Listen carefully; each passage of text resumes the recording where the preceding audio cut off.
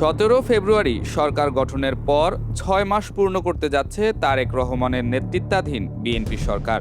বিপুল নির্বাচনী বিজয় আর রাষ্ট্র সংস্কারের প্রতিশ্রুতি নিয়ে যাত্রা শুরু করলেও সময় যত গড়াচ্ছে ততই স্পষ্ট হচ্ছে সরকারের সামনে থাকা কঠিন বাস্তবতা।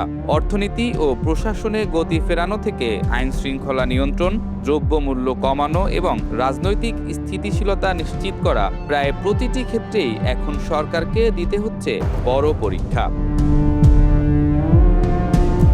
শুরুতেই নির্বাচনী প্রতিশ্রুতি বাস্তবায়নে ১৮০ দিন, ১ বছর এবং ৫ বছর মেয়াদী কর্মপরিকল্পনা তৈরির নির্দেশ দেন প্রধানমন্ত্রী তারেক রহমান।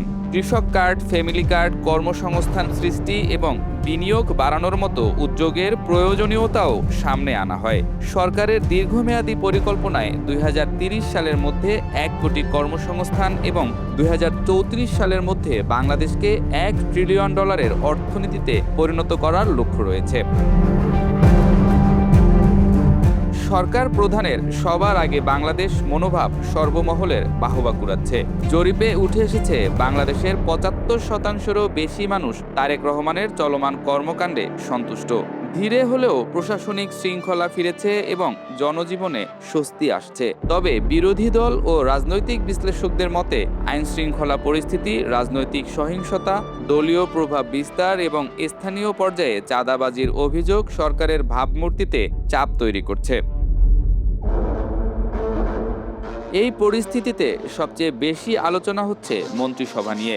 সূত্রমতে সরকারের ৬ মাস পূর্তিকে সামনে রেখে মন্ত্রী ও প্রতিমন্ত্রীদের কাজের মূল্যায়ন করছে প্রধানমন্ত্রীর কার্যালয়। নির্বাচনী প্রতিশ্রুতি বাস্তবায়ন, উন্নয়ন প্রকল্পের গতি, প্রশাসনের সঙ্গে সমন্বয়, দুর্নীতির অভিযোগ এবং ক্ষমতার অপব্যবহারের বিষয়গুলো এই মূল্যায়নের আওতায় রয়েছে। সরকার সংশ্লিষ্ট সূত্রের দাবি, কয়েকটি গুরুত্বপূর্ণ মন্ত্রণালয়ের সিদ্ধান্ত বাস্তবায়নের ধীরগতি এবং মন্ত্রী ও প্রতিমন্ত্রীদের মধ্যে সমন্বয়হীনতায় অসন্তুষ্ট সরকারের শীর্ষ নেতৃত্ব। একাধিক মন্ত্রণালয়ের দায়িত্বে থাকা কয়েকজন মন্ত্রীর কাজের চাপ কমিয়ে দায়িত্ব পুনর্বণ্টনের কথাও ভাবা হচ্ছে বলে গুঞ্জন রয়েছে। 2 জ্যেষ্ঠ মন্ত্রীকে বাদ দেওয়ার সম্ভাবনা নিয়েও রাজনৈতিক অঙ্গনে ফিসফাস শোনা যাচ্ছে। মন্ত্রিসভা সম্প্রসারিত হলে নতুন কয়েকজনকে অন্তর্ভুক্ত করা হতে পারে। আলোচনায় রয়েছেন এবিএম মোশাররফ হোসেন, সেলিমা রহমান, আব্দুল মঈন খান, রুহুল কবির রিজভী, মাহবুব উদ্দিন খোকন, বরকতুল্লাহ বুলু এবং জয়নুল আবেদিন ফারুকের নাম। টেকনোক্র্যাট কোটায় সৈয়দ মোয়াজ্জেম হোসেন আলাল ও হাবিবুন নবী খান সোহেলের নামও আলোচনায় রয়েছে বলে গণমাধ্যমে খবর এসেছে। তবে পুরো বিষয়টি এখনও অনানুষ্ঠানিক আলোচনা ও রাজনৈতিক জল্পনার পর্যায়ে।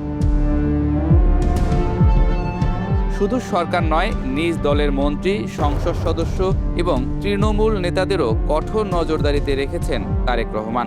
3 মাস অন্তর কাজের মূল্যায়নের পাশাপাশি নির্বাচনী এলাকায় উপস্থিতি, স্থানীয় প্রশাসনের সঙ্গে সমন্বয় এবং দলীয় শৃঙ্খলা রক্ষার বিষয়টি দেখা হচ্ছে। দুর্নীতি, তদবির কিংবা প্রশাসনে অযাচিত হস্তক্ষেপের অভিযোগে কয়েকজনকে ইতোমধ্যে মৌখিকভাবে সতর্ক করার খবরও এসেছে। রাজনৈতিকভাবে তারেক রহমানের সামনে আরও বড় চ্যালেঞ্জ রয়েছে। জুলাই সনদের আলোকে সংবিধান সংস্কার, প্রধানমন্ত্রীর ক্ষমতার সীমা, দ্বিকক্ষ বিশিষ্ট সংসদ এবং স্বাধীন প্রতিষ্ঠানগুলোর নিয়োগ পদ্ধতি নিয়ে বিএনপি ও জামায়াত নেতৃত্বাধীন বিরোধী জোটের মতপার্থক্য এখনও কাটেনি। একই সঙ্গে বিগত আন্দোলনের শরিক দলগুলোর মধ্যেও তৈরি হয়েছে অসন্তোষ। তাদের অভিযোগ, সরকার গঠনের পর গুরুত্বপূর্ণ সিদ্ধান্ত গ্রহণে তাদের সঙ্গে যথেষ্ট আলোচনা করা হয়নি। এই দূরত্ব কমাতে জোট সঙ্গীদের সঙ্গে বৈঠক শুরু করেছেন তারেক রহমান। কারণ সরকার পরিচালনার পাশাপাশি রাজনৈতিক মিত্রদের ধরে রাখাও আগামী দিনের স্থিতিশীলতার জন্য গুরুত্বপূর্ণ। রাষ্ট্রপতির পদত্যাগ, নতুন রাষ্ট্রপতি নির্বাচন, শেখ হাসিনার সম্ভাব্য দেশে ফেরা এবং কার্যক্রম নিষিদ্ধ আওয়ামী লীগের ভবিষ্যৎ নিয়েও নতুন করে উত্তপ্ত হচ্ছে রাজনীতি। একদিকে বিএনপির বড় সংসদীয় সংখ্যাগরিষ্ঠতা, অন্যদিকে জামায়াত ও এনসিপির নেতৃত্বে শক্তিশালী বিরোধী বলয়। ফলে রাজনৈতিক মাঠে সরকারের নিয়ন্ত্রণ থাকলেও সংকটের উপাদানগুলো এখনও সক্রিয়। বিশ্লেষকদের মতে প্রথম 6 মাসে তারেক রহমান সরকারের সবচেয়ে বড় অর্জন একটি নির্বাচিত সরকারের অধীনে প্রশাসনিক কার্যক্রম সচল রাখা এবং দীর্ঘমেয়াদী পরিকল্পনার কাঠামো তৈরি করা। তবে বড় দুর্বলতা হলো সেই পরিকল্পনার সুফল এখনো সাধারণ মানুষের জীবনে শতভাগ স্পষ্টভাবে দৃশ্যমান নয়।